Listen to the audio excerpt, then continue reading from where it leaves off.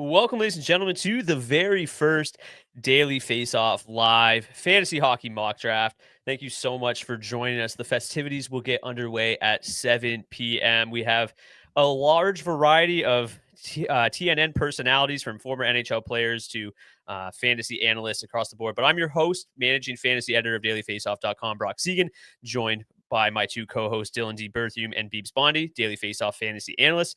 D, we've been doing this show for many, many years, but this is the first time we've done a live mock draft. How are you feeling today?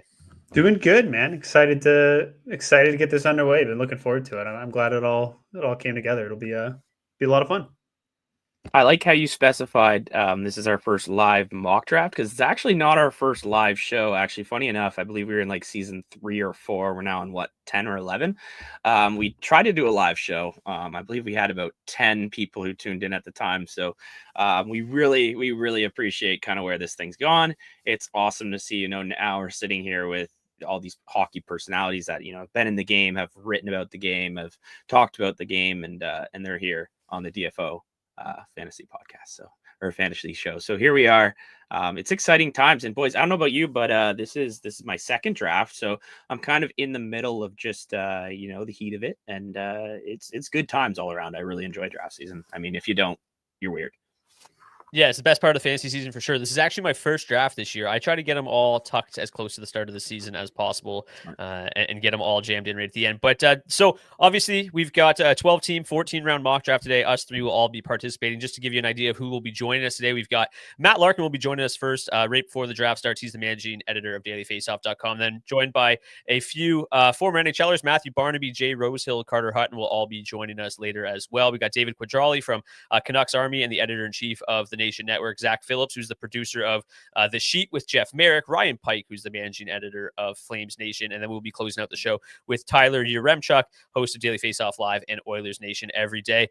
But yeah, like I said, we've got some time here before the draft, so before we get into it, just want to show you some of the stuff we've got at dailyfaceoff.com right now, and the best part of it is all 100% free. So we're going to start with our draft kit. Obviously, like I said, I'm doing my first draft tonight, so if you're out there and you haven't done your draft yet, we've got our draft kit up there, 100% free. We've got rankings from all of our 5 analysts. We've got ADPs to avoid, sleepers, must draft players. We've got projections for over 600 players and goalies, a customizable rankings tool, which is really unique if you've got scoring that's got some, some funky scoring hits, blocks, and all sorts of different categories. You can input your league settings, get customized rankings for your league scoring, and that should help you a ton on draft day.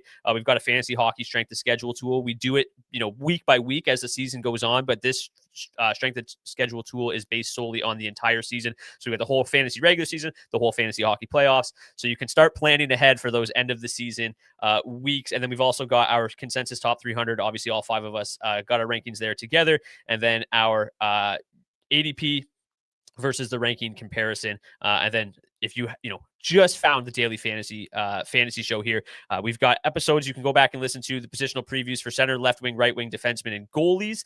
We give you a consensus top 10 at the position. We give you values, ADPs to avoid, and and breakouts at each position. So those episodes are really fun. They'll help you get ready for your drafts. And then the other thing that we got for free over at dailyfaceoff.com starting this year is the survivor pool. Every Saturday, you get to pick a team that you think is going to win. You get 2 lives. If you get one wrong, you lose a life. As soon as you lose both lives, you're out. The other thing is you can only pick one team twice all season long. So you can't just pick the same team to win every Saturday. Should be a lot of fun. Right now, 457 participants. If you are the last one standing, you get the grand prize of $2,500. So that should be a lot of fun. As I said, we will be getting this draft underway here in about 10 minutes. But now we are joined, as I mentioned up front, by the managing editor of dailyfaceoff.com, Matt Larkin. Matt, thanks for joining us. How are you today? I'm good. I'm excited, fellas. The competitive juices are flowing. We got the mock draft tonight. I have my own main league later tonight, so I'm pretty fired up right now, boys. This is the appetizer to the main event tonight. That's awesome. Big draft night for you, Larkin. We're going to focus on some fantasy content here with you, obviously, as you were a big part of the fantasy hockey draft kit at dailyfaceoff.com. So let's get right into it. Who is one player, and maybe we're cheating a little bit. We're going to dig into your brain before the draft gets underway here, but who's one player that you want to leave every single draft with this year? I feel like for me, Brock, this has been the summer of Seth Jarvis. For me, he's someone who already had a really nice floor established. We know he's a 30-goal guy. He's a 60-point guy. He plays a lot of minutes because he's so good defensively. But under the hood, if you look, when he formed that first line with Aho and Jackson Blake late last season, he had 46 points in his last 45 games. And if you extrapolate that over a full season, that's north of 40 goals, north of 80 points. Now you have this super line with Nick Ehlers and Aho and Jarvis. You have Rod Brindamore keeping Jarvis playing the right wing. He wants to protect his shoulder. So I think Seth Jarvis is going to lead the Hurricanes in scoring this year. I think he's going to be a top 40 player in fantasy. He's going to give you triple-digit hits in banger formats as well. I know he's got the problem with the shoulder, but I talked to him a couple weeks ago. He told me the rehab went fantastic. He said he would get down on the floor and do push-ups if I wanted him to. That's how good he felt about his shoulder. That was enough information for me to feel confident. So I am reaching on Seth Jarvis. Insider info there for Matt Larkin. I've actually got Jarvis ranked at 65. His current ADP is 64.6. So I'm right in lockstep. So chances are in this draft, Larkin, you're probably going to get him ahead of me. Let's flip on the other side of the coin here. Who's one player you're absolutely avoiding at their Yahoo ADP? Well, it's funny. Later this week, I have fantasy bold predictions coming up for the year. And one thing I describe is the idea that Washington is going to be Bustville, USA. So if you look at the Washington Capitals as a team, they led the NHL in 5-on-5 shooting percentage last year. So many guys had career years, whether it was Connor McMichael, Dylan Strome, Tom Wilson, and let's say Protas is the one that I'm targeting. He shot 21.1%, had 30 goals last year, despite not playing on the power play at all. He doesn't even play PP2 because you have Alex Ovechkin who plays on both units. That takes up a spot on both units. It's hard to even get on special teams in Washington.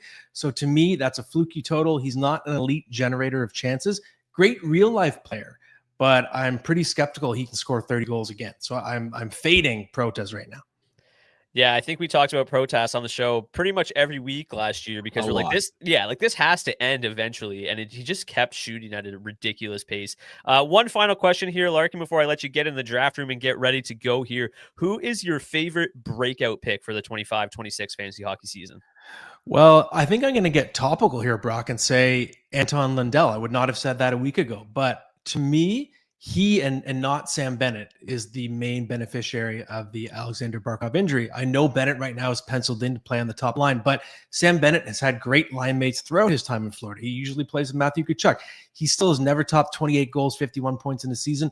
I would say we know who Sam Bennett is right now. Whereas Anton Lundell, I see multiple paths to a breakout this year. One could be simply the idea that his dominant line with Louis Ryan and Brad Marchand just basically gets elevated and becomes the new second line. Because if you have Tkachuk out of the lineup already, you have Bennett moving up, maybe that third line is your new second line, and that's an increase in ice time, more power play time, more special teams. But the other path would be, I think Lundell, stylistically, I mean, they call him Baby Barkov for a reason, right? He is closer to what Alexander Barkov brings. I could see a scenario in which Lundell ends up on the top line later this season. And he had 18 points, I believe, in 23 games in the playoffs. If you extrapolated that, that's a 64-point season. And I feel like that's kind of what I envision for Lundell. So I'm going to say Lundell. As a bonus, I just want to add one more. It's this trifecta of goalies: Lucas Dostal, Sam Montembeault, and Carl Vejmelka. All three goalies had great under-the-hood stats, weak or average surface stats, had bad defensive teams that are on the rise. And if you look at Montreal with Montembeault, Anaheim with Dostal, and Utah with Vejmelka, all three teams are on the rise. If they even get middle of the pack defensive play this year, I think all three of those goalies could be top 15 this year. So I like that trifecta. If you go 0G, that's who you go for. And like I said, of course, Anton Lundell. If you listened already to the Daily Fantasy Faceoff show, our goalies episode, those were legitimately our three breakout candidates at the position. So we're in lockstep with you there, Matt. Thank you so much for joining us. I think we all felt similarly when that Barkov injury news broke, all just gutted for Barkov, especially with being an Olympic year.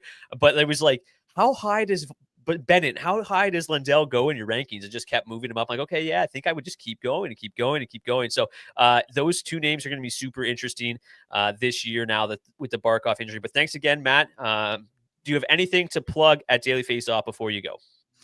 Before I plug, I just want to say thank you, Brock. You've done a phenomenal job with this draft kit. And I think anyone else who's been reading it, checking it out would agree. It's fantastic stuff this year, the best it's ever been. So great job, buddy. And on Daily Faceoff on the news side, we We have lots of preview content. We're rolling out a team preview deep dive every single day. We've got the hub. You can access the hub page to get a link to all 32 team previews, more fantasy stuff, lots of predictions coming, awards, standings. We have new draft rankings from Stephen Ellis. So there's a lot of action going on at Daily Faceoff right now. Very exciting time of year. Thank you so much, Matt. Have a great day, and best of luck in not only the mock draft, but your real draft tonight. Thanks, guys. Yeah, cheers, buddy. Coming, Matt. All right, fellas, we've got 4 minutes before the draft. So, Beebs, we'll start with you. You're picking at number 3 tonight. D, you're a little bit lower at 6. And then I'm at the tail end, number 12, where I literally just kept saying, like, the only place I don't really want to pick this year is 12. It feels like a tough spot. So I'm going to get a good feel of what that's like. But, Beebs, let's just go into your strategy a little bit here for a couple minutes, picking at number 3. Yeah, so I'm kind of hoping that Nikita Kucherov falls to me here. It was obviously between him and Draisaitl. We talked about it earlier on in our position episode. So I'm hoping the other fellas aren't watching at the moment. And I mean, if they are and you want to let McDavid or McKinnon fall to me, that's super cool too. So it's just basically what the two guys in front of me do here is going to determine what that third piece is. I'm assuming it's Kucherov, which is a fantastic third choice. And then I'm thinking with my swing back, I don't know. We're going to have to see kind of, do we have a D run? Do we have a goalie run? Let's kind of see where it goes. So I'm excited, but hopefully the guys in front of me try to make some crazy decisions and McKinnon just falls in my lap. D, what about you? What's your strategy here? Pick it at number 6. Yeah, sitting in the 6th spot. I'm expecting obviously the top 4 be McDavid, Cooch, McKinnon, and Leon.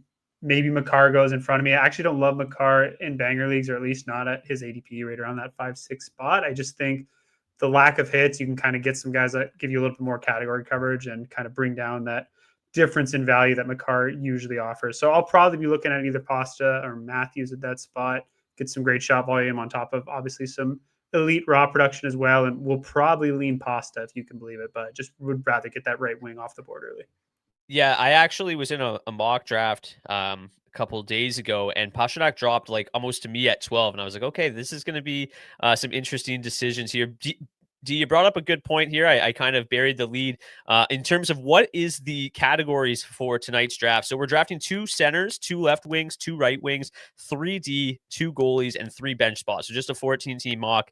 We've got goals, assists, plus minus, power play points, shots on goal, and hits for the forward categories or skater categories. And we've got wins, goals against average, save percentage, and shutouts for the goalies. I'm picking at 12. I think it's, a spot where if Brady TK drops in banger leagues, that would be great. But we shall see how far he goes down draft boards. Obviously, a guy that goes much earlier around, ADPs around 9 or 10. So if he fell to me, that would be great. But yeah, you take a look at some of my rankings here in the ADPs, like Artemi Panarin's a guy that I feel like I can get no problem, and a guy that I'm targeting in a lot of leagues. But at 12, it just might feel maybe a little bit too rich. I like him as a value in like the late second, early third. So we'll see how things fall. But we got a minute 30 till draft time. But right now we're joined by Jay Rosehill, 5-year NHL vet and host of Leafs Morning Take. Jay, thank you so much for joining us. Obviously, we're going to focus on the Maple Leafs here with you, but how are you doing today? I'm doing good, boys. How are you doing? Good. This should be fun. A host of former NHL talent. Are you a big fantasy player at all, or is this your first run at the kick of the can here? I'm pretty green to it, and you'll probably notice that as we get going here. But I've done a couple things here and there, done an NFL one before, and then my kid has done one on his hockey team that I helped him out with. But we'll see how big time you guys are. I might be out of my league. We're gonna find out.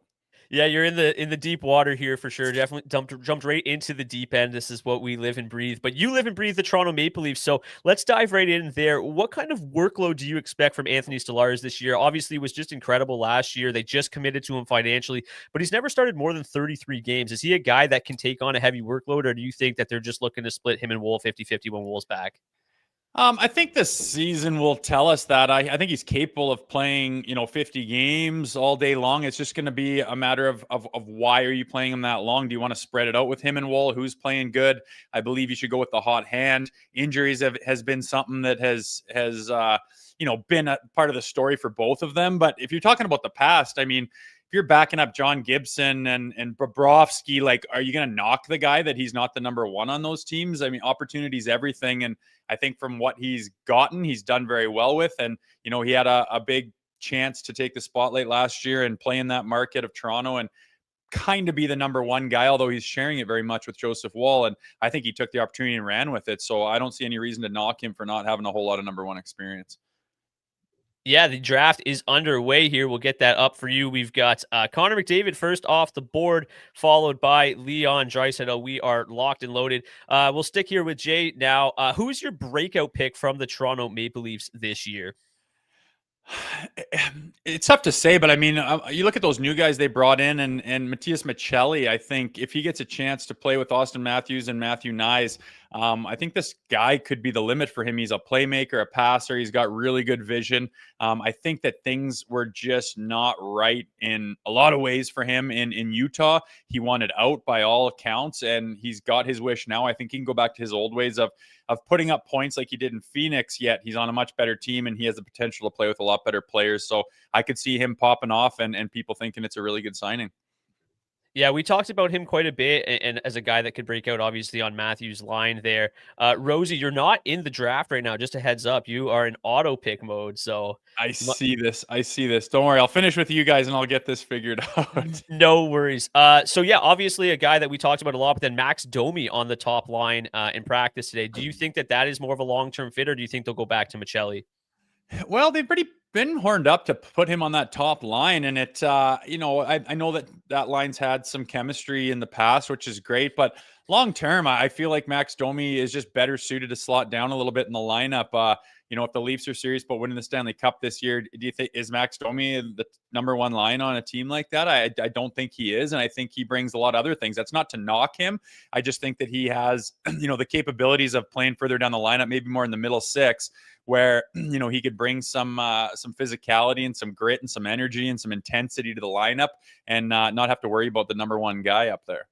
Yeah, he seems definitely like a more natural fit for that third line without a doubt. Speaking of the top line, though, last question here for you. What do you think Matthew Nyes' ceiling is? Like, obviously, in the second half of last year, he just went absolutely nuts. He was on a 36-goal, 42-assist pace. Is that the kind of stat line we could realistically see from him this year now that he's basically cemented himself on that top line next to Matthews? I mean, I think so. I think the sky's the limit for him. You see what he's done in his first couple of years. It's mind-numbing, and he's only 22 years old. He constantly gets better. Talking to him, he just seems to have a good head on his shoulders. I think he's got the stuff to be one of the big dogs in the league and certainly on that team. And like you say, he's cemented beside Austin Matthews, and who potentially could be healthy all season, hopefully anyways. You're feeding that guy the pill all the time and gaining experience and confidence all the time. I think the sky's the limit for him. I don't think 70 points is even close to his ceiling, and I'm hoping he's going to have a big season for sure.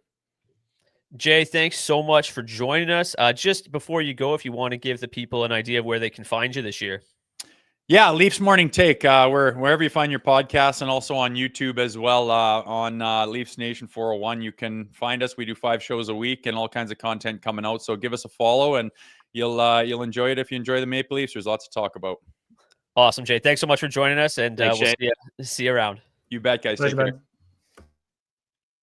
All right, Beebs, as you wished, Nathan MacKinnon falls to you at number 3. Obviously, you must be feeling pretty good. Don't mind me over here as I jiggle, dude. I was trying to keep it together there. Backed it up with Zach Werenski. How do you feel about your start so far? Hilarious, because we had the debate we talked about in the show, Werenski versus Bouchard, just right in my face, and I had to make the choice on Werenski. Just that upside after getting MacKinnon there. I could have some crazy numbers from my first forward and D off the board here, so I'm really liking the way this is going, and I'm on the board next, so it's super exciting. I might be able to stack Natchez as well right here, but I also have Tage, so this is a debate I got to make. So it's gonna be between Tage and Natchez as we speak. D, you get a couple wingers on the board quickly with Pasternak and Panarin. How do you feel so far? Pretty good. I was hoping Jack Hughes would fall to me there. Larkin sniped him right in front of me, so we had to pivot. The reports on Panarin's injury right now doesn't have me too concerned. And again, just getting a guy with a lead shot volume that can put up points across the board. So feeling pretty good. And then I obviously went with William Nylander. I was hoping Mikko Rantanen would get there, but I honestly think this is probably the first time I've ever owned Brady Tkachuk. I don't play in a lot of banger leagues though, so obviously with this being a banger league, Brady, a guy that is super elite there. Okay, we've got another guest, Matthew Barnaby, getting ready to join us here. Barnaby joining Daily Faceoff. He's going to be the host of Moneyline on this very channel this year. It debuts next week, so let's welcome in a 14-year NHL veteran, Matthew Barnaby. Barney, thanks so much for joining us. Hey guys, how are you? Yeah, I'm pretty excited. Pretty excited for next week, the hockey season to start. And I love summer, but I love when it's over. Hockey's right around the corner. Yeah, we just talked about it on our last show. Like this past weekend, obviously being one of the craziest sporting event weekends that we've seen so far this year, and it's just getting underway. We've got obviously the NFL season in full swing, and the NHL just about a week away right now. So things are really, really exciting. Excited to have you on board this channel. It's going to be a lot of fun this year. So let's not waste any time. Let's get right into the betting content. Who is your favorite, or what is your favorite futures bet right now? My favorite futures bet is probably not a popular one in Toronto, but it's Mitch Marner at minus 140 to score more points than Austin Matthews. Obviously easier to be a facilitator of the puck than actually put the puck in the net. He's going to be surrounded with Jack Eichel, Mark Stone, a plethora of great players out in Vegas that score goals. I think Austin Matthews is going to have a big year. I just think it's easy money at minus 140. Just being that facilitator as good as he is. Excited to be in Vegas. So I think that's a good one. And a long shot, I'm going to go Winnipeg at plus 2,500. I know Connor Hellebuyck has not been good in the playoffs. You can't get over that hump, but at some point, I think he has a good playoff year. You're looking at a Vezina Trophy winner, just arguably the best goaltender in the whole National Hockey League. So plus 2,500, give me a good goaltender, and I'll roll with it. Yeah, they're going to probably get out of the gates a little bit slow, right? With Adam Lowry hurt to start the season, and the bad news they just got with Dylan Sandberg. So maybe a bit of a tough start to the season for them, but they should be a playoff team no matter what. And once everything comes together, you got to like their chances come playoff time, as long as he starts to find his form there. Speaking of the playoffs, what team that made the playoffs from last year do you think could fall out this year?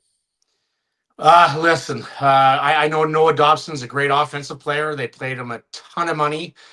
Great addition to the team.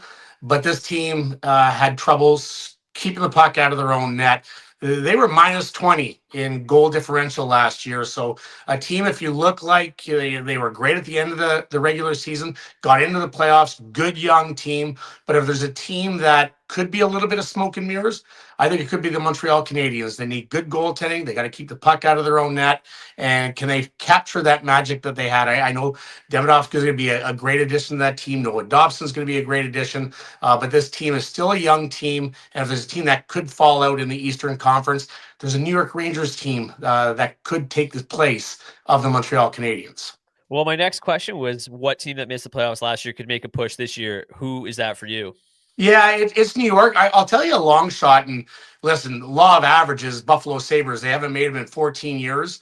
And they can score with anyone. They had one more goal than the Toronto Maple Leafs last year. They had 269 goals. Toronto had 268. The problem is keeping the puck out of the net. And you're always going to go with goaltending. So for me, it's the New York Rangers. They have the best goaltender for a team that did not make the playoffs in Shesterkin. I think he is a guy that could steal a lot of games. And anyone that watched the New York Rangers play on a nightly basis, they were putrid defensively. I mean, they were awful at getting pucks in, getting pucks out, defensively losing guys. And I think the coaching change is going to do them a great deal. Another team to look forward to is a New Jersey Devils team. I'm still not sold on the New Jersey Devils being a perennial playoff team, even though they have a lot of skill. The Hughes brothers are great. They have a lot of pieces, but I'm still not sold on them.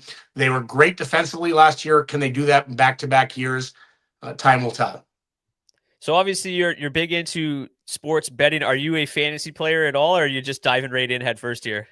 I'm not a massive hockey fantasy player. Multiple leagues in the NFL. I'm just about. You guys are going to see in about 15 minutes. I will be tweeting out how bad my New York Jets bet is tonight at plus 2.5, because I'm a massive New York Jets fan. So going back to the well tonight. So I'm not a massive NHL fantasy. It takes a lot of time. You need a lot of patience to be an NHL fantasy guru.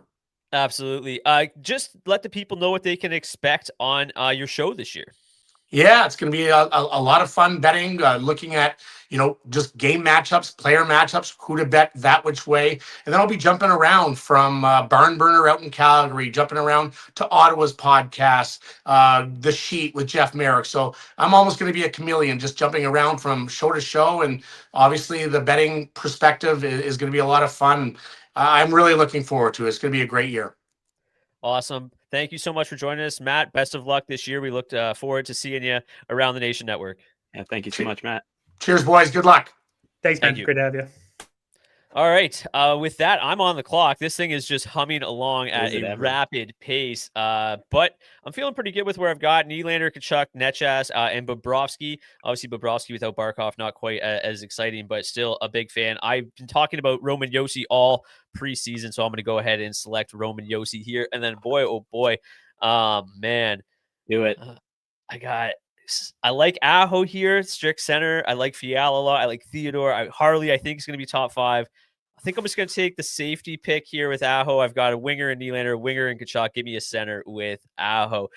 Boys, where are we at here as we get into the 6th round? Let's go with UD first. You've got Pastrnak, Panarin, JT Miller, Cole Caulfield, Adam Fox. So a heavy New York Rangers lineup so far. So if Barney's right about the Rangers being back in the postseason, you are looking pretty good. I'm hoping so. I mean, you guys know I like Fox a lot this year, especially where he's at and value-wise ADP in drafts. Yeah, I mean, I wanted Miller to get a little bit of hit coverage, so that stack just kind of happened. And at that point, I figured it made sense to get the first D off the board and keep that stack going strong. So, yeah, but this sort of build, if you can get a big power play year out of that team, then could go a long way. And then I'm just going to keep filling out the D position here. JT Miller's got that right wing eligibility. So really I've got my wings covered already. I like the centers I can get in a few rounds. I like the goalies I can get later on. So I'm going to get one of my favorite D-men off the board here in Shea Theodore. Yeah, I was definitely looking at Theodore if Roman Josi didn't drop to me there. So love that pick. D is looking strong on the D there. Beebs, it's almost your pick. You're almost back on the clock. Let's see what you got here. You got McKinnon, Thompson. Those guys might score some goals. Then you got Mishkov, Ruwensky, and then your boy Mackenzie Blackwood between the pipes. I'll let you make this pick and then let us know, how you feeling so far. I've just been dancing this out because how do we feel about EP 40 in round 6, pick 10? I have so much floor that I can take this upside. Elias Pettersson, welcome to my squad. I all my forwards are 100-point guys right now, or potential 100-point guys. Mishkov would be the one question mark there. I am so happy with the upside here, along with my floor. Things are falling into my mitts right now. It's fantastic. Yeah, so far so good. And we've got David Quadrelli of Canucks Army joining us later in the show. We're definitely going to have to talk to him about Elias Pettersson here. Where are we at? We got Nick back on the clock here. He's got the first overall pick. Always nice to start with Connor McDavid, Philip Forsberg, Jason Robertson, Darcy Kemper, Mark Scheifele. Very strong at center with McDavid and Scheifele. Let's see where he goes here with his 6th pick and 7th pick. Anthony Stolarz off the board. D, you're our resident Maple Leafs fan. How do you feel about Stolarz this year? Obviously, Rosie said he's a guy that could start 50 games if they give it to him, and he could end up being the steal of the draft here in the 6th round if he ends up playing 50 games for a team as good as they are and for as well as he played last year. I really like the potential upside you get here with Stolarz. What about you?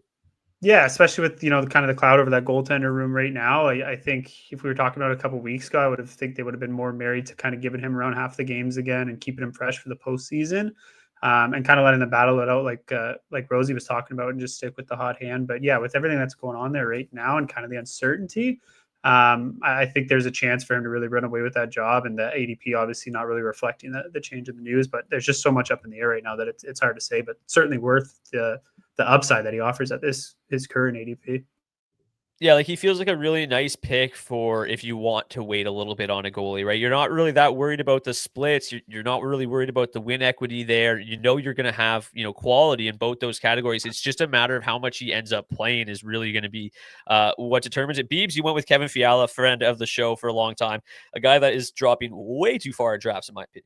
Yeah, there was actually a player I wanted above him, but it's someone who I don't think other people in this draft / anyone has as high as me. So I am going to sit here and continue to do these absolutely ridiculous dances until he falls to me in about 16 picks. I am realizing that I might want to, start solidifying things that aren't my forwards right now. Although I do have, and mentioned it earlier, I took Mackenzie Blackwood as my first goalie off the board. Little worried about the injury, but that's okay. I had with the 4 other elite goalies going in front of him, I had to have at least a dependable goaltender one.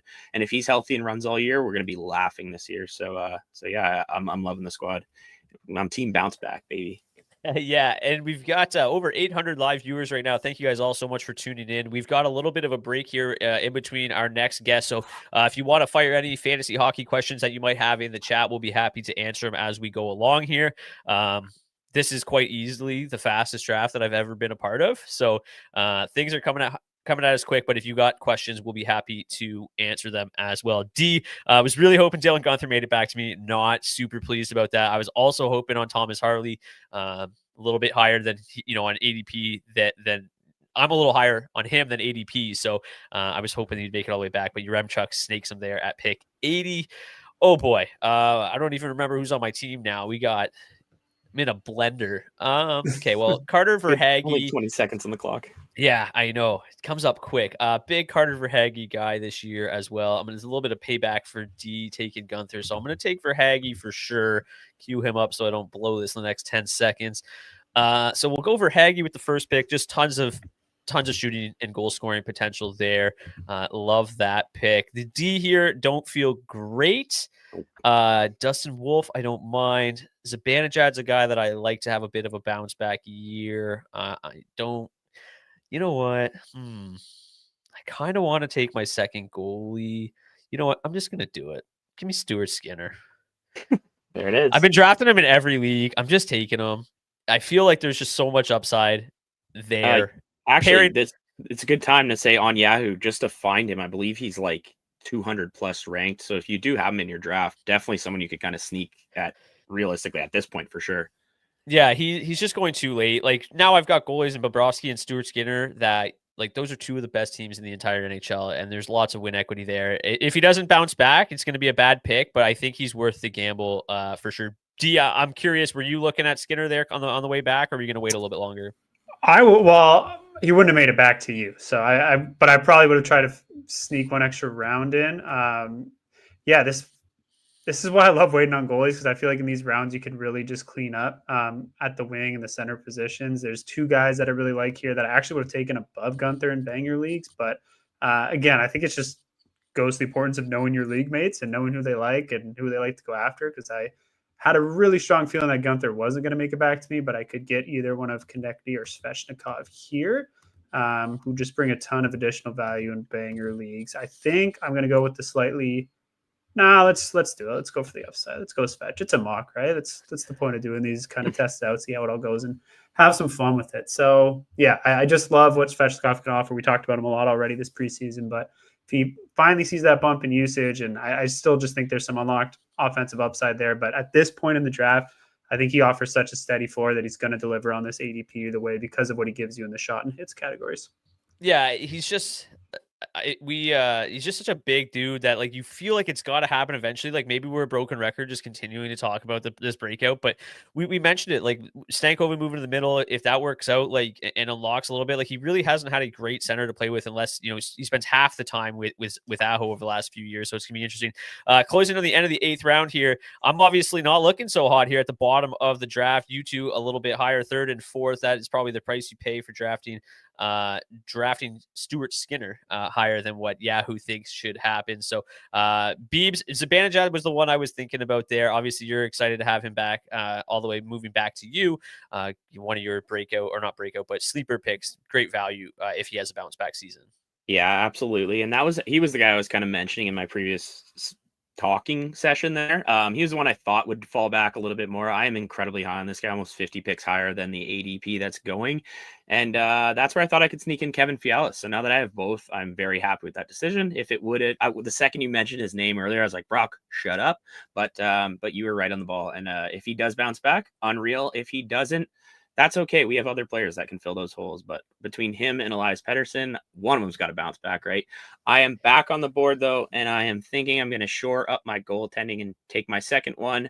I love this guy right here. It's Sam Montembeault. Larkin mentioned it. He's kind of a sleeper this year, and I think as my second goaltender, I'm really happy with this. I think he's going to get a good amount of wins this year, and yeah, between him and Blackwood, we shouldn't have too many issues on the back end. I'll definitely need another goalie though for the Knights when they have some tough matchups. So, D, we're coming up here, Matthew Tkachuk territory. What are your thoughts here? When is it too early? When is it time to take Matt Tkachuk? I think it's tough in redraft leagues, man. Like we're looking at a January return. It sounds best case. I do expect him to be back before the Olympic break, or at least do everything in his power to prove that he's healthy and ready to go. But yeah, I think it really just depends on your build and how confident you are in it. Because I think you kind of at least get to the bench. You don't want to have to be, really filling out your starting lineup still and already grabbing a guy that's going to miss half the season. But if you feel good about your build and you think you can survive and at least be floating around that playoff market, it's going to be such a boost back to your lineup when he does return. Yeah, I'm sitting here on the clock almost very disappointed now the way things worked out here with that Stuart Skinner pick, because I would have probably either he or UC Saros would have made it back to me, because UC Saros is still on the board. So looking back on it, probably would have went Zibanejad there, hoped that UC Saros made it back as he just did. If not, Stuart Skinner, obviously a guy that I'm very high on as well. Got 18 seconds here. Dorofeyev is my highest ranked player. I think adding him on the wings is nice. So I'm going to go ahead and do that with Dorofeyev. And then, I've only got one defenseman right now in Roman Josi. Brandon Montour is somebody that I'm much higher than ADP on. Just offers really, really good goal scoring upside from the back end. Provides a little bit in bangers as well. The other guy I would normally be considering here would be JJ Peterka. But considering this is a banger league, doesn't offer quite as much. But I love the breakout potential for Peterka. But I think just trying to shore up the D a little bit here, Brandon Montour is a guy that I've got ranked pretty high. Banged up right now, but hopefully we'll be back before the start of the season.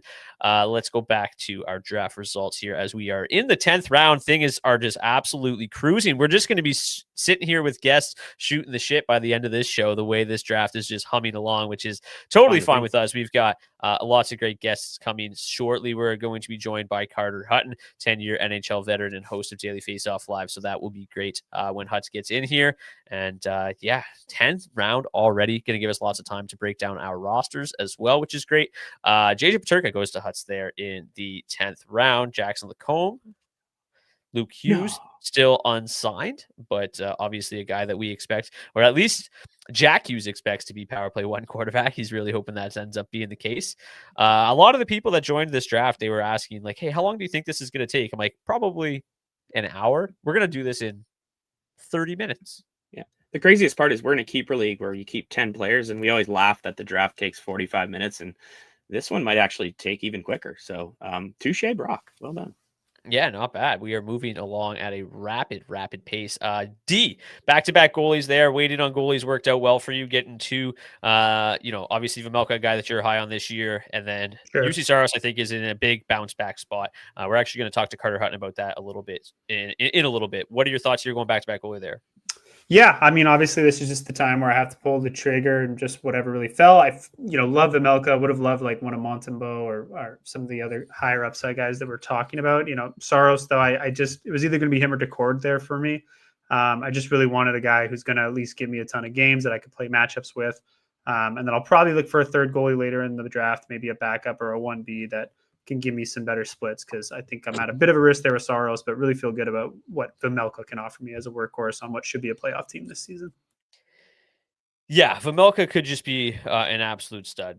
Big fan of what he did down the stretch last year. Obviously, we love the possibilities for that team this year as well. And I had him queued there. Did you? You're ready to rock, eh? Yeah. UC Saros, though, I think UC Saros is in for a big bounce back here. I think that whole National Predators team is going to see better days ahead here in 25-26. Beebs, you added Vince Dunn to the blue line. Is that your second defenseman?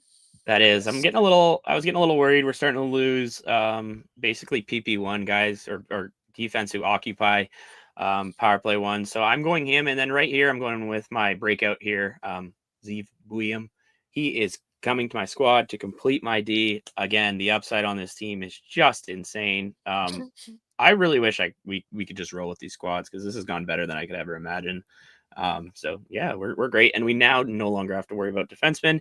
It's time to start going after guys who I think are really breakout candidates or can really solidify spots in my squad here. We have 3 more picks, or at least I do. You guys all have 4. So yeah, it's this is going great. Oh, and that's just mean. Ooh. That's just downright mean. Yeah, that's why you wait at the center position, right? I picked him up in a keeper league last night on like the 12th round or something, and yeah, his rank on Yahoo, the ADP is like 160. So you can really kind of, I took him probably 3 rounds ahead of ADP here, and it still feels like a bit of a steal. So depending on how competitive your league is, you can really take your time on pulling the trigger there. Yeah, I've been I don't think I've shut up about him since the preseason, but we're now joined, as I mentioned, by Carter Hutton, 10-year NHL veteran and host of Daily Faceoff Live this year. The news broke on the social medias last week that Hutton would be stepping in this year. Huts, thanks so much for joining us. Guys, thanks for having me on. I'm still kind of in preseason mode here, kind of getting going here. We kick off this week, so looking forward to it. But it was a fun draft to be a part of tonight. A lot of I know I got some heavy hitters here know how to do their homework on the fantasy. Yeah, well, we've been doing our best here. It's everybody reached out and was like, how long do you think this is going to take? And this is the fastest draft basically imaginable right now. So moving on really quickly, I'm just going to try to make a quick pick here before we get into okay, give me Zane Parek. Let's go. Carter, who is your breakout goalie this year? You know what? This was a tricky one for me. You know, I think it's a year where you're going to see a lot of guys step in, but the guy for me that I think is going to take a big step forward, and I thought he did last year, and he played a lot of games, is Szeman. I think he is a guy with that Four Nations experience, with his injury. You know, he's a guy, I hate to be judgy, but he just never really looks like he's fit when you see him. And I think this is where that experience comes in now. And I reflect back to my playing days at 28. It's kind of when you really start to figure things out. You figure out how to be a pro, how to play in the league, how to do all these other intangibles that like you just can't get other than having experience around the league. So Sam Montembeault and the Montreal Canadiens, I think, are primed to be a little better defensively, a little more experience with that playoff run last year. And I look for him to have a big year for the Habs. So that is now 3 people. We had him on our breakout show for our goalies episode. Matt Larkin likes him as a breakout. Hutton likes him as breakout as well. So we're all in on Montembeault over here. UC Saros, speaking of being a pro, he's been around the league for a long time, but you know, some disappointing seasons back to back. Obviously the Predators struggled last year, but he had an .895 save percentage, something we've never seen from him. Do you expect a bounce back from UC Saros this year? I do and I don't. I guess this is a tough one for me because I still don't think the Preds are where they need to be as a team. And I think you are a product of your surroundings. And one time where you are a real bad product of your surroundings is when you're not a big guy, when you don't fill a lot of net and there's more traffic and there's more pucks in your defensive zone where, yes, UC Saros is capable of making big saves and being a game reader, but Nashville historically is known for defending well. I was a product of it. Me and Pekka Rinne playing there. I don't doubt UC Saros to come back and play well and be ready to go and you know, have a fire lit under him, especially after getting the contract and then having the bad year, right? That's not a look that any pro really wants to have. My concern with UC Saros is what's going to be in front of them and what looks are they going to, you know, be given up in a central division that looks like it's going to be pretty heavily touted here. So I think we'll know early what Nashville looks like because that's got to be a team, a goalie and a general manager that are on the ultimate hot seat right now. Yeah, and obviously they bring in Nick Hag, somebody they expected to be on that top pair with Roman Josi. He's out for 6 to 8 weeks, I believe it is. So not the way that you expect that blue line to start the season. Speaking of an undersized goalie, what do you make of Jet Greaves' game? We've compared him on this podcast to Dustin Wolf, you know, kind of a bit of an afterthought in the draft process and his younger years just due to his size. But like Wolf, he's basically excelled at every single level. He's been great when called upon in Columbus. So do you think he can be a reliable starter for the Blue Jackets, somebody that can take that crease and run with it and get them back to the postseason? I do. And I just think there's a little bit of with that air that surrounds Elvis all the time, right? His attitude, his conversations in the media and how he carries himself.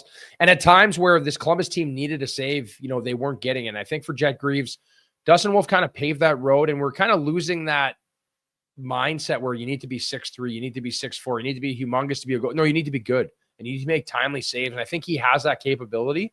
But for me, it's going to be like how this season starts and spotting him starts in the right location. I think for Jet Greaves will be important. But what we have seen now is if you can get it done in the American League, you can get it done in the NHL. And this is something that I've harped on for a lot of years. The game has started to transition, obviously, from the American League I played in versus the way it is now. But in the American League, at times, it's almost harder for a goalie because you don't have great experienced defensemen. There's a little more sloppier play. There's like higher grade A chances.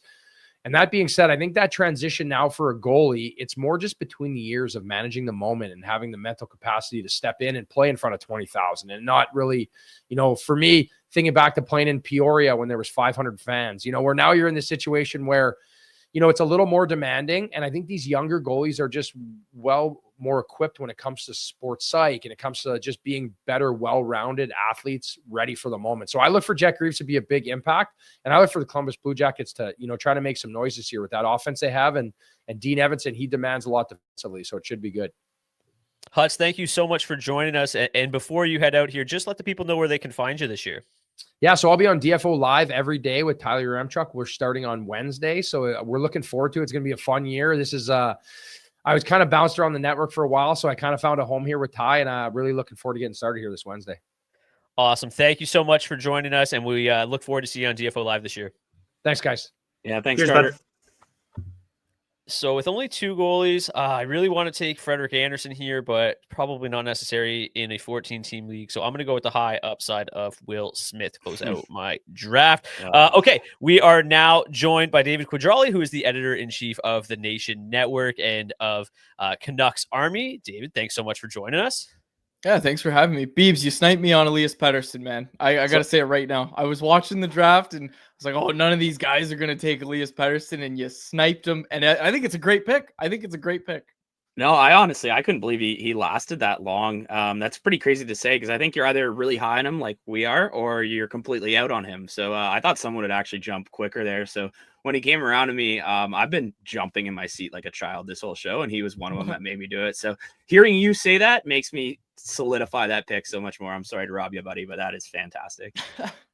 Well, that's the perfect segue into our first question for you, David, is just what can we expect from Pettersson this year? Obviously, the production and the shot volume specifically just absolutely cratered last year. There was obviously some weird circumstances around the team. What are your expectations for him? Is he a guy that's just, got a clean slate heading into this year that can just immediately return to form, or what are your thoughts? Yeah, I mean, here's the thing, right? Is, as I make my last pick during that answer, the whole JT Miller, Elias Pettersson thing, according to everybody in that room, it was overblown, right? So if you put that aside and you say, okay, that's in the past, no matter how big it was, and it doesn't matter how big it was, if it's in the past, now it's truly in the past, for Elias Pettersson, that's not bugging him. What I think was bugging him a lot more was that knee, where he said, I've got this knee tendonitis. The team clearly disagreed with the amount that knee tendonitis was affecting his offseason training. But at the end of the day, he felt it was affecting him, and his play reflected that. Now that's behind him. So you're looking at a player that is poised for a bounce back, I would think. You've got the Miller stuff in the past. You've got the knee behind him now.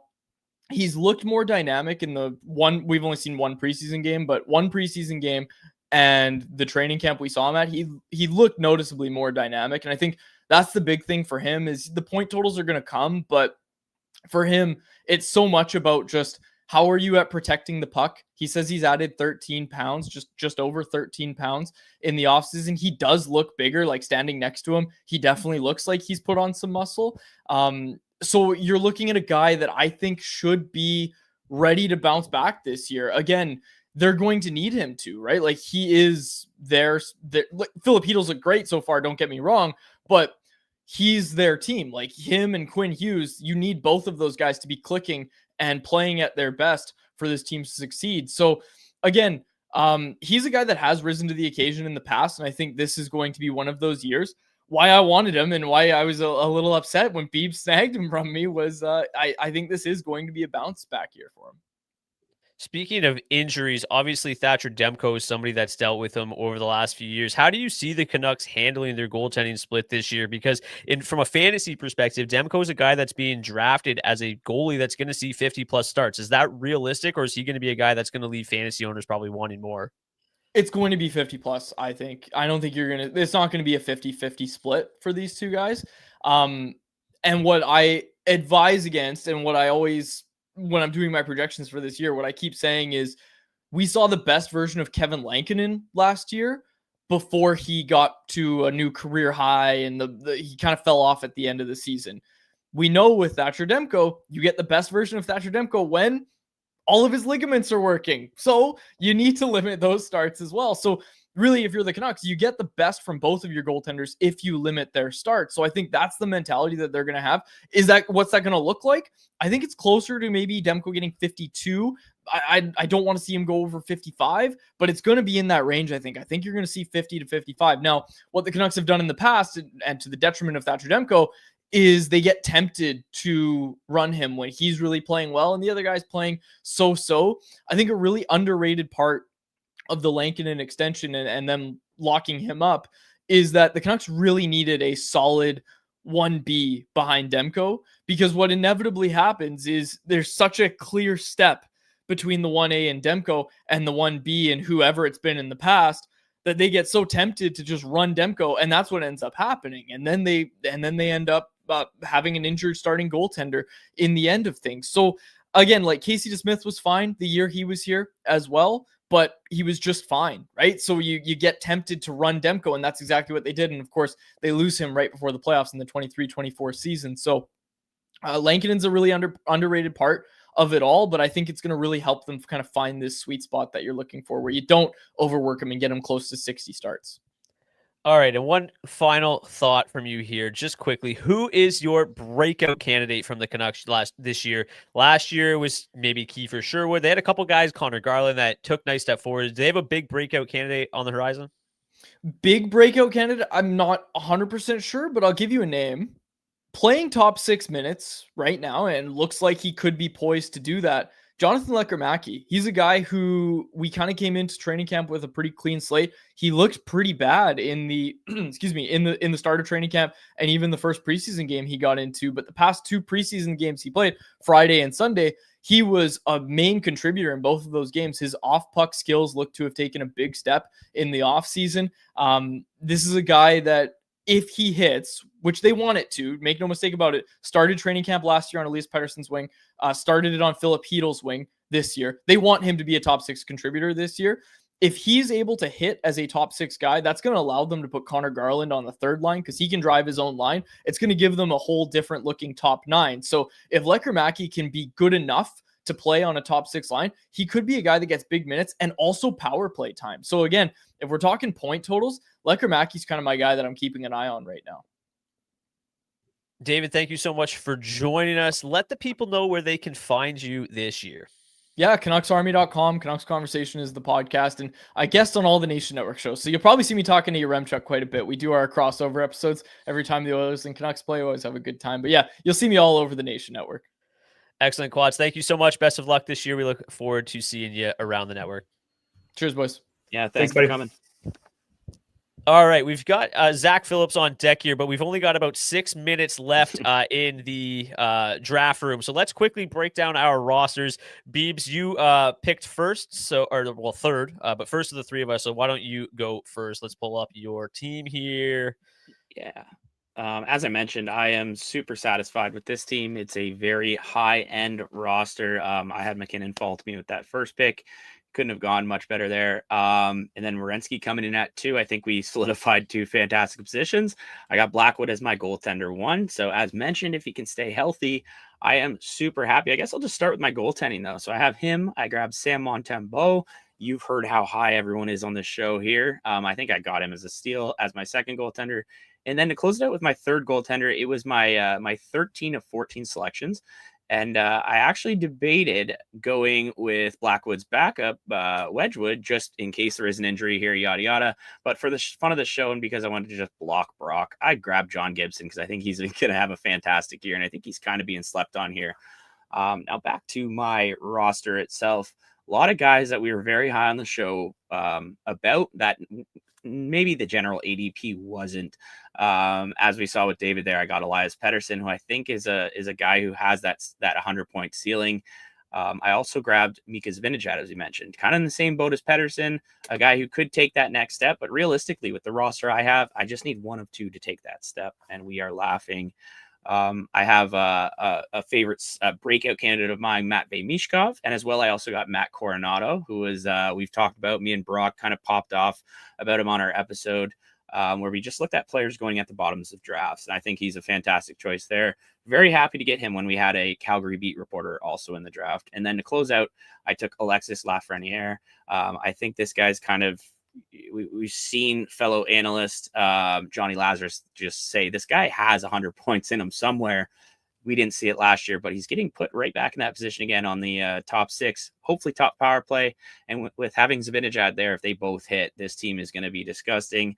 I have Beebs on defense, who I think has a massive ceiling. So this team is a ceiling heavy team that I'd take into war in any league. So very satisfied with this. I'm a happy fellow, boys. Yeah, I underestimated the difficulty of hosting a show and drafting a team at the same time. So I'm not as thrilled as you are. But D, why don't you roll through your roster quickly here?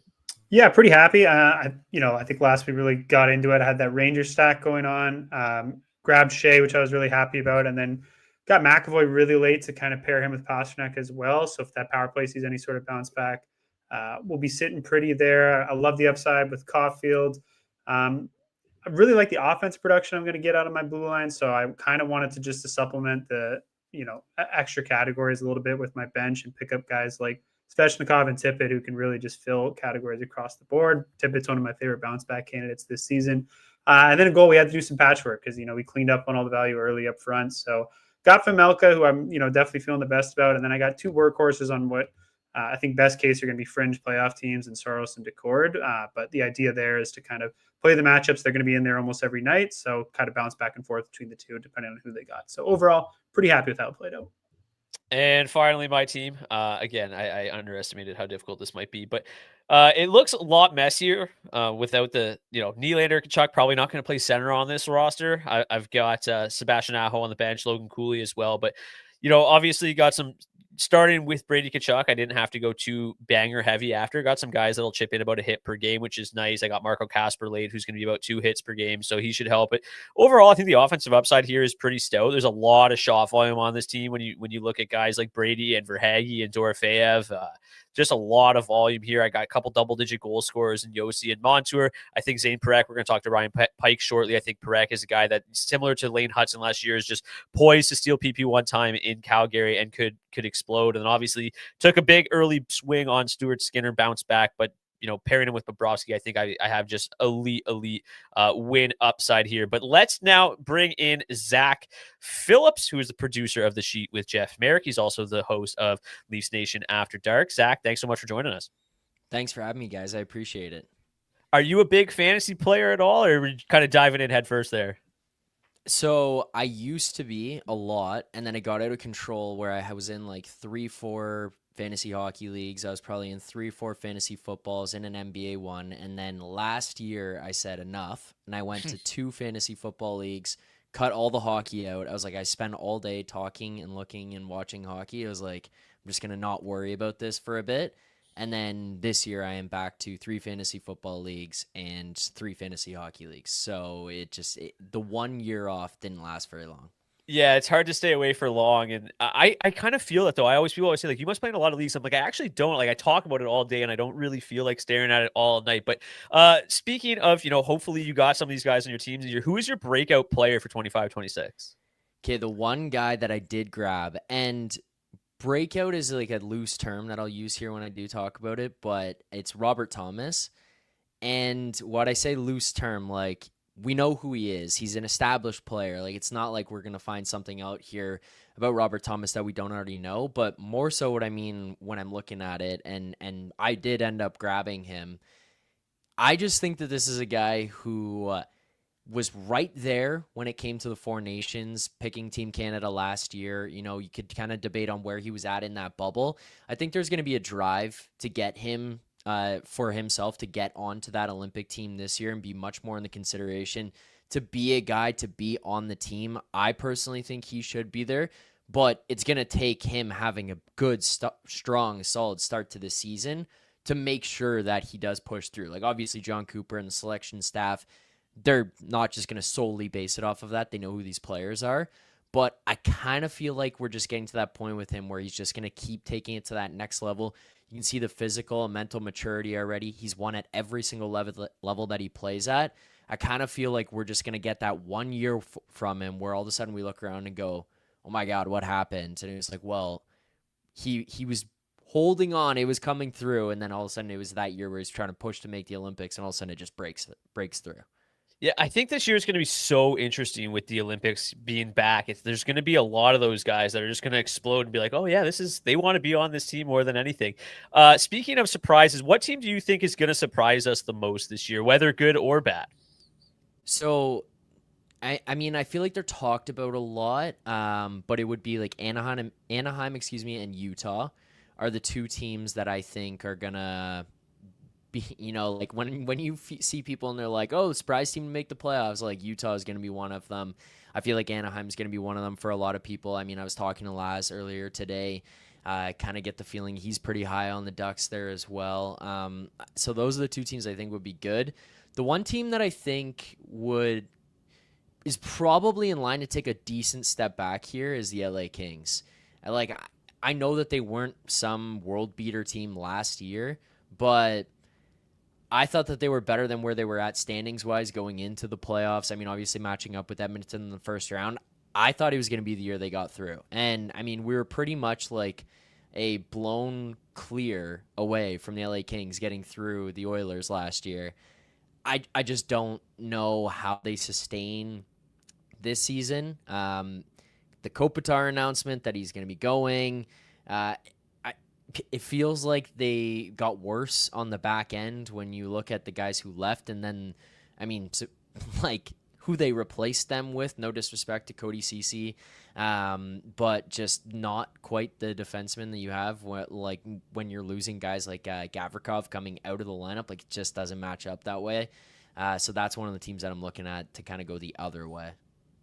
Yeah, they had a very interesting offseason with the signings they made. A lot of old vets coming in to see what they can do. But the one thing I think that they've got going for them is they're just so good defensively that probably is sustainable, but they need to still score enough goals to match up there. One final thought here, obviously with the news of Alexander Barkov being out for the year, Matthew Tkachuk missing half the year perhaps. Where do you see the Panthers finishing in the Atlantic? I know when I posted about Barkov on DFO Fantasy, everybody was like mixed. It was like, this is still a very good team. Some people are like, they're trash now.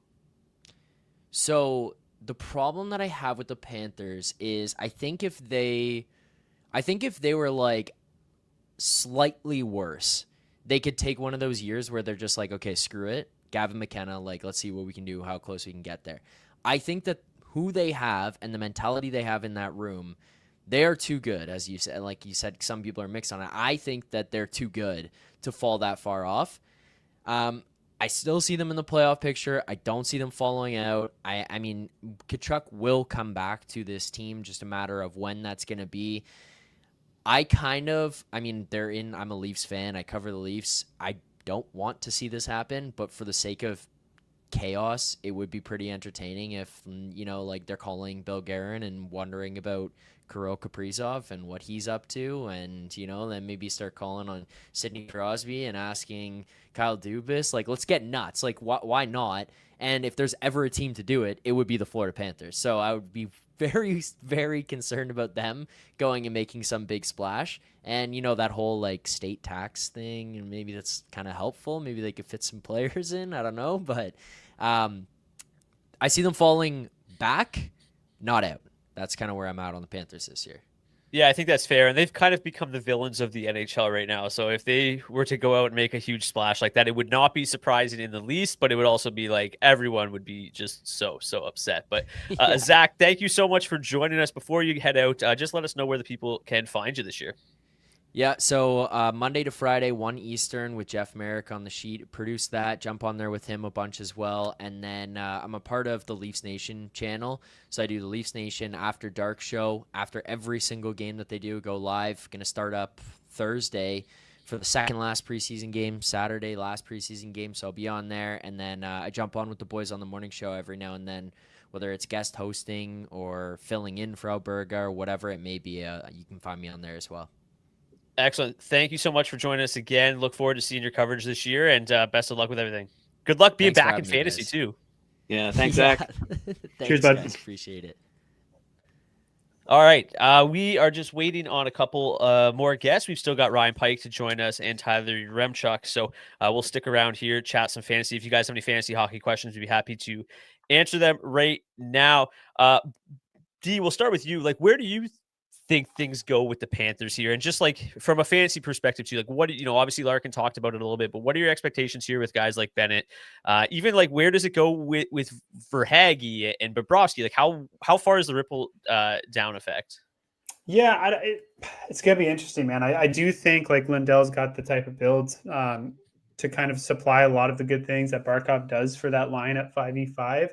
Maybe not have the offensive upside himself to create, but I think, if that line is getting a lot of minutes, they're going to still be spending a lot of time in the offensive zone and have plenty of chances to create a lot of scoring opportunities, a lot of high danger chances, and overall just kind of dominate and body the puck still at 5v5. So, yeah, I think, for years they've been one of the deepest teams in the league. And that's why a big part of why they've been so successful the last 2-3 seasons.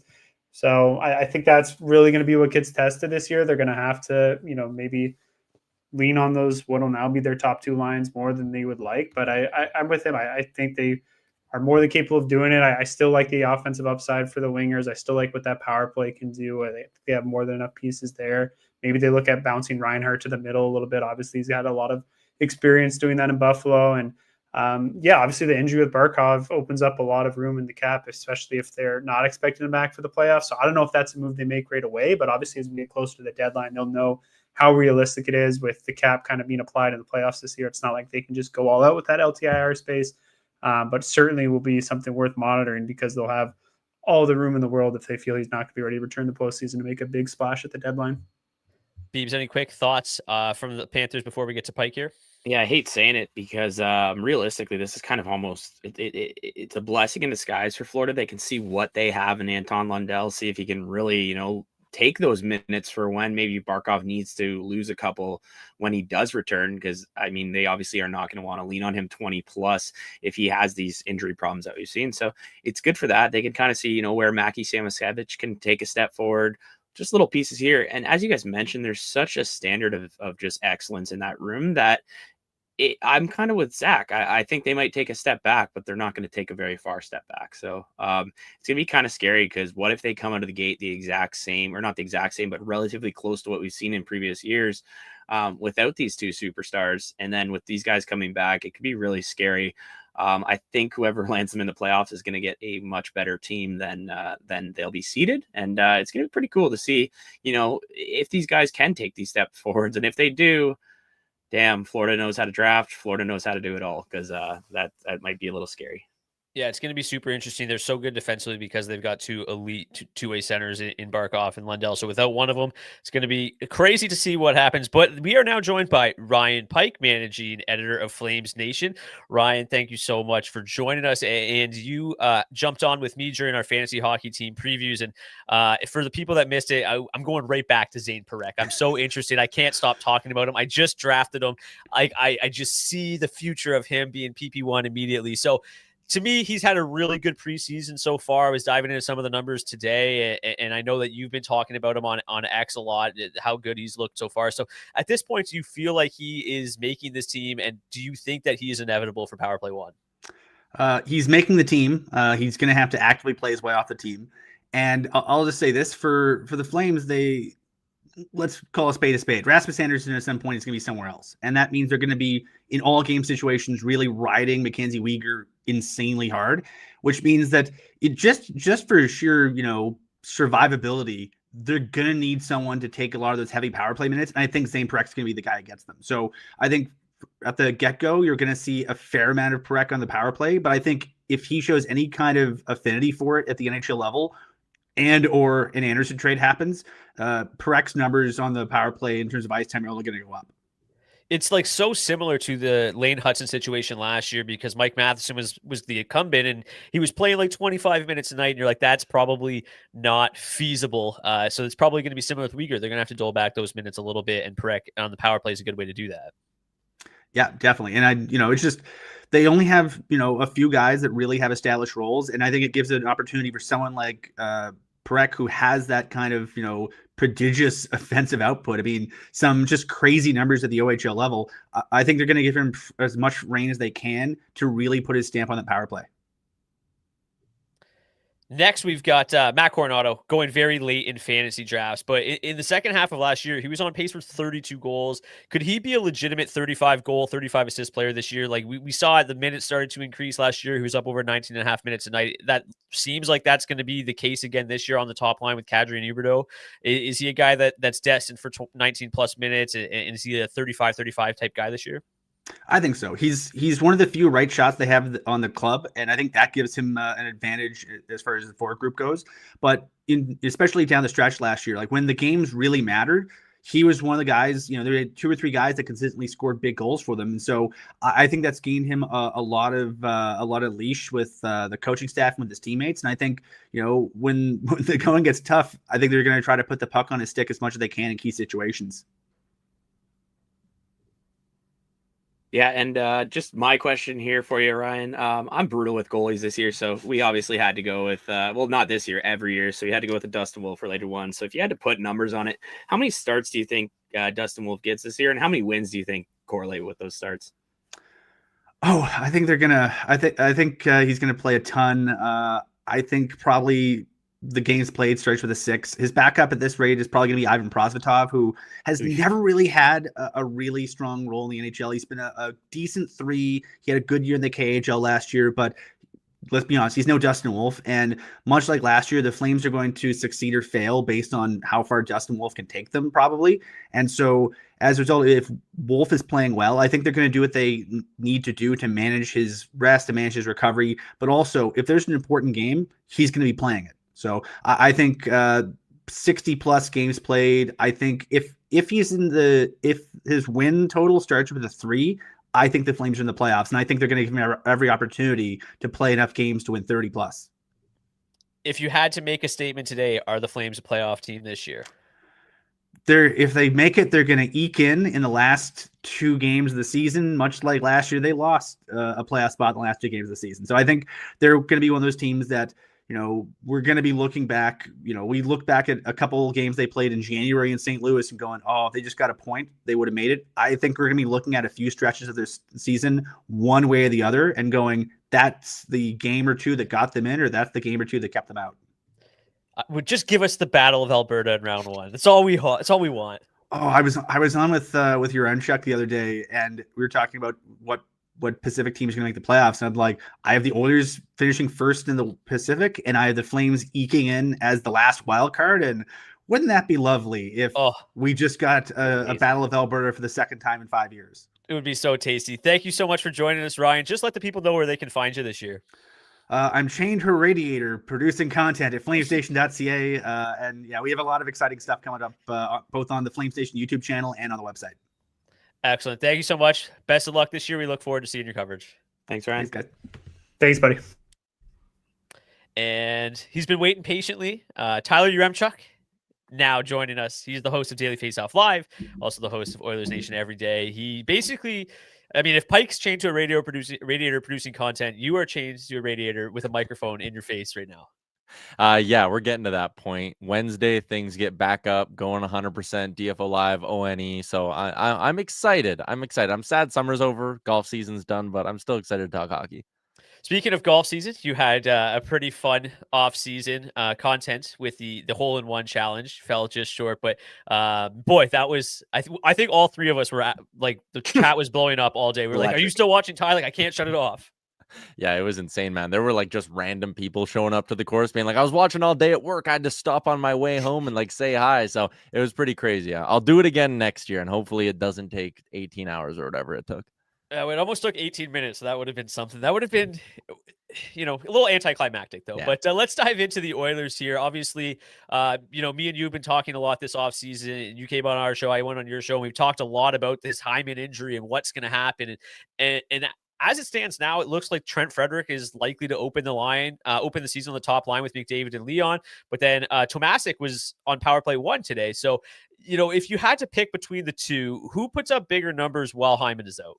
It's going to be Frederick, just because he's eating those 5-on-5 minutes. And honestly, I'm not totally sold that Tomasic stays there coming out of training camp. I mean, they have a bit of a logjam in their forward group, and Tomasic he doesn't need waivers to go down, where basically every other guy competing for a spot does. So I think there's even a weird world where they just go, you know what, for 2 weeks, you're going to go play in Bakersfield, get a bunch of puck touches, and come up later.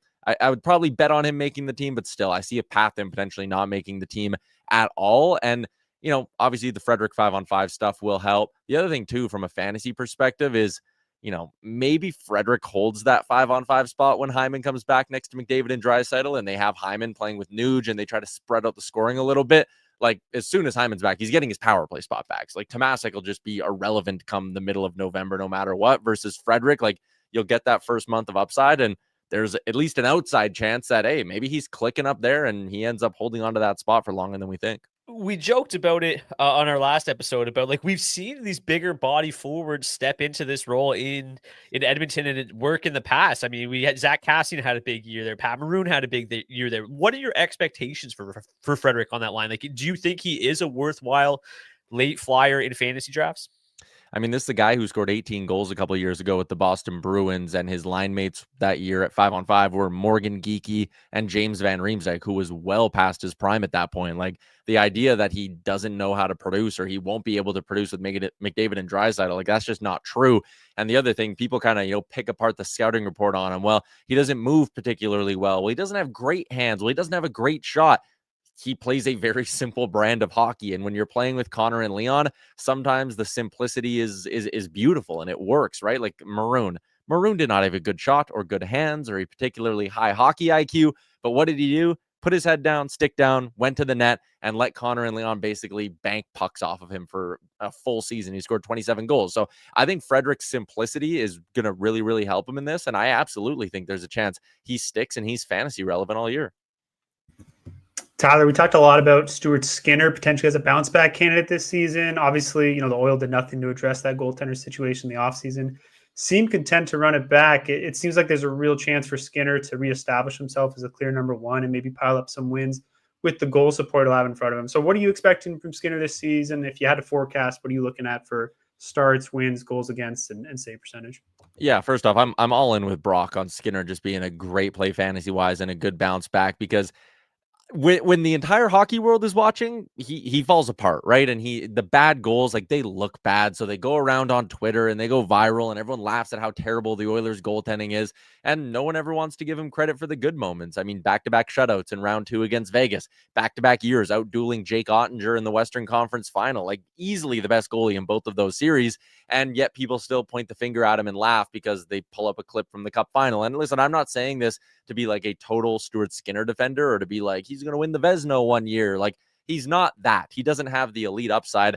But I also think the people who point and laugh at him as a terrible goaltender are also way out to lunch. Like, he's been an NHL goalie for 3 years now. At age 26, he's got 3 years of 50-plus games. Not a lot of guys are doing that at that age. And in those 3 years, he has a great year, an average year, and a poor year. So which one is he? He's probably the average. He's probably not an 890, 895 guy. He's probably not a 915, 920 guy. But what I think he can give in front of an Oilers team that actually has a really, really good blue line that people don't want to give them credit for, I think this year he can go back to being a tick above average. So if league average is 902, 903 this year, I know that's where it was trending the last couple of years. I absolutely think Stuart Skinner can be in that 905 to 908 range. And, I like Calvin Pickard. He does everything that they've asked of him as a backup goalie. He's not really an authentic threat to go out and steal 20 starts from Skinner, 10 starts from Skinner. Like, this is going to be a 50-30 split, even if Skinner loses the net for a week or two. So 50 starts, a 908 save percentage, and how many wins in there? 27, 28, 29? Like, it's going to be valuable. Yeah, Brock kind of put his money where his mouth was on that one. I don't know if you saw how early he took him there, Ty, but that was aggressively early, and I love it. I think it's a great 12th choice. overall pick. You got to just take the guys you like. For sure. And across the board, I think we're all high on him. So it's great to hear that solidification there. But one final question for you here. You had the 8th pick today. So you clearly had no shot at your boys, McDavid and Draisaitl. But let's say, perchance, we threw you that bone. We gave you that first overall pick. If you're on the hot seat there, who would you have taken as your first overall selection? I'm going Connor McDavid this year. And I know there's a logic of like, hey, his goal scoring's down and there's the other stuff, factor in your scoring in your league and whatnot. But I also think Connor McDavid's a guy where if he decides to do something, he's going to go out there and do it. We saw a couple years ago when he went into camp and Leon Draisaitl kind of poked fun at him being like, hey, he can score 60 goals if he wants to. And like, sure as shit, he went out there and scored 60 goals. And this year we hear Connor talking about how he wants to shoot the puck more. He wants to be more of that goal scoring threat. He recognizes how much more dangerous the power play and the Oilers attack is when he's ripping the puck. I think we're going to see him back. And like, I have a pretty substantial futures bet on Connor McDavid to score 50 goals this year. Like, I think he's getting there and I think he might push 60 again. So if he's in that range, he's untouchable fantasy wise. He's the clear number one. So yeah, I'm taking Connor McDavid all day. Yeah, I wholeheartedly agree. I think it was like one of our first tweets of like the new 2026 fantasy hockey season was just like quote tweeting Connor McDavid saying, I really like to score and I want to score more again. And I'm like, yes, please, all of that. Yeah, I mean, again, even the Oilers power play last year was the first time in I think 3 years it dipped outside of the top 10 in the NHL. I don't buy for a second that teams are figuring them out. Like, it's 3 of the best power play players in the NHL. They're going to get back online. Connor McDavid was hurt last year when he did play 60. He played 65 games. There was like 20 of them he wasn't at 100%. Like so many of these other factors. I think the Oilers team as a whole really struggled with how short their summer was after the first cup final appearance. And I know you could maybe spin this in a way and go, well, they're going to be even more gassed. They had another short summer. I'm taking it the other way. I'm going, they actually are a little bit more prepared. They know what it's like coming off a short summer now. And they know how the beginning of the season can get away from them. And again, that power play, I don't think it's going to be messing around. Yeah, if the NHL can't stop Ovechkin for 20 years, they're not going to be able to stop, the 3 absolute demons they have occupying that top power play. Totally. Fair enough. Ty, thank you so much for joining us. It's been a pleasure. Thank you for jumping in the draft tonight. Before you head out, just let the people know where they can find you because it's plentiful. Daily Faceoff YouTube, noon every weekday, noon Eastern, that is. Myself and Carter Hutton doing DFO Live. It's a super short format show. It's only 30 minutes long. We kind of do 3 big topics at the jump, go around the league. We get a guest to join us every show as well. So that's going to be a mix of insiders, former NHLers, things like that this year. And then Oilers Nation every day is noon Mountain Time, 2 o'clock Eastern, 90 minutes a day of myself and my good friend Liam Horrobin. And we screw around. We barely have a show script. The 2 shows could not be any different. One of them is yes, professional. We're going around the league. The other one is Liam and I, again, just goofing off for 90 minutes. It's great. That's awesome. Best of luck, Ty. Thanks so much for joining us. And we look forward to your content this season. Cool. Thanks, boys. Yeah, thanks, Ty. All right, fellas. I think the very first live fantasy hockey mock draft here at the DFO Fantasy Show went well. But before we go, just kind of want to get any final thoughts. This is kind of our last big episode before the season gets underway. So, Dia, I guess I'll start with you. Just we asked Larkin off the top. It's who's one player that you want to leave every single draft with this year? Obviously, with ADP in mind. Yeah. Honestly, I'm going to kind of dip into your bin here a little bit, Brock, but I just love where Fantilli's going, especially in Yahoo leagues with that ADP. I think it's so easy to kind of fade the center position early and take advantage of the value elsewhere up at the top of the draft at those thinner positions and then really clean up at guys like Fantilli. But I think he just has a floor that will easily outperform that ADP. And, we talk about his draft pedigree and the talent that he has and what he flashed last season, the young pieces around him that I think can really take another step forward this year. So, yeah, I think he's just such a safe bet to outperform that ADP by 3 or 4 rounds and potentially be one of the biggest steals of the draft if it all plays out for them this year. So I just think you'll be hard pressed to find a better value on draft day than Adam Fantilli. 100%. Same question to you, Beebs. For me, it's I got to go with it. I had the solidification from the writer, but it's Elias Pettersson. At that point in the draft, I remember thinking, what are the upside of the guys around me here? And we've talked about it in previous shows. I wrote about it in my sleeper article for the draft kit. EP40 is kind of like a 35-95 guy. He has been for a couple years, and then he obviously had the down year last year. Well, the guys he's being drafted around are realistically, their ceilings are set 30 goals, 70 points. So at that point, I'm completely willing to take my chances on him. And David totally mentioned it. Vancouver doesn't go anywhere unless this guy does this year. So I love that one. And then another one that I grabbed incredibly late was Matt Coronado. We've talked about it a lot. I just think it's a complete steal at the end of drafts. It's someone who I'm guessing I'll likely get in most drafts just because I'm willing to take him 1 or 2 rounds before the end of drafts. fantastic player. Between him and Cutter Gauthier, I need one of them on the bottom of my rosters on all teams. I will say, though, skirting back just kind of to how we did this draft, there's a lot of tools out there that are really useful. And I think we should mention that before this draft started, we put our own rankings into Yahoo's kind of tools, and we were able to use them throughout our draft. So just be aware. I haven't necessarily screwed around on the other platforms, but just knowing that you have that ability for your drafts is pretty fantastic. And I know it helped us out a lot today. So just kind of wanted to give a general, just kind of a heads up there that as fantasy hockey's taken steps forward, so has the technology to kind of allow us to make these drafts the way we want them. Yeah, and just back to must draft players, I'm just going to reference the consensus top 300, which again you can find on dailyfaceoff.com in our draft kit, which is 100% free. Consensus ranking is brought to you by us three, along with Matt Larkin and fellow DFO fantasy analyst Nick Zeman. And when you compare Yahoo ADP with our consensus top 300, the player with the best value score is Adam Fantilli. Mika Zibanejad right behind him. So both really, really good values. I think other guys that stick out for us, JJ Paterka, Dylan Gunther, Will Smith, Logan Cooley, Carter Verhaeghe, those are guys that we're all extremely high on. But yeah, before we go, I just want to mention one more thing. The DFO Fantasy Show going to have a new look this year. I've mentioned on previous shows, but we're going to be coming similar to what Tyler's show is 5 days a week, Monday through Friday. That's the way we're going to do it. Tighter, shorter shows, 20, 30 minutes.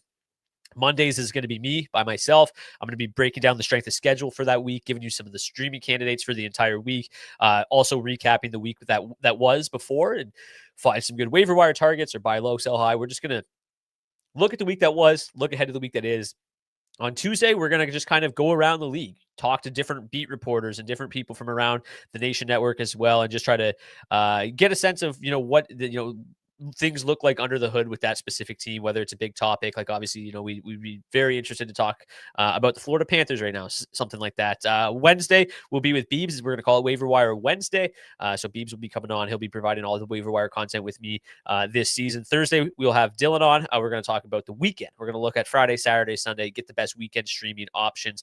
And then Friday is just going to be a revolving door of just randomness. Sometimes we're probably not even going to do a show if there's too many games on a Friday. Sometimes we are going to just bring on different guests. I've talked to Stephen Ellis about coming on and talking about prospects and looking at keeper leagues and stuff every other week. So Friday is going to be kind of a revolving door, but should be a lot of fun this year with the new format, shorter shows, everything going to be up on YouTube. And thank you guys so much for tuning in today. It's been a lot of fun, the first ever. Hopefully you enjoyed it. Please hit that subscribe button, smash the like button as well. But this channel, not only fantasy, a lot of betting content, as you heard when Matthew Barnaby was on. He's going to have a show every day talking about betting. So you're going to get your fantasy, you're going to get your betting content all in with you on this DFO fantasy and betting channel. So hit the subscribe button. Don't miss a minute. Thank you guys so much for tuning in, and we'll see you guys at the start of the season.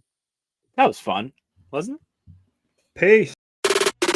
Thanks for watching this video. If you want more great fantasy hockey and betting content from myself, Carter Hutton, Matthew Barnaby, and the rest of the DFO analysts, make sure you subscribe to the DFO Fantasy and Betting YouTube channel today and never miss a minute.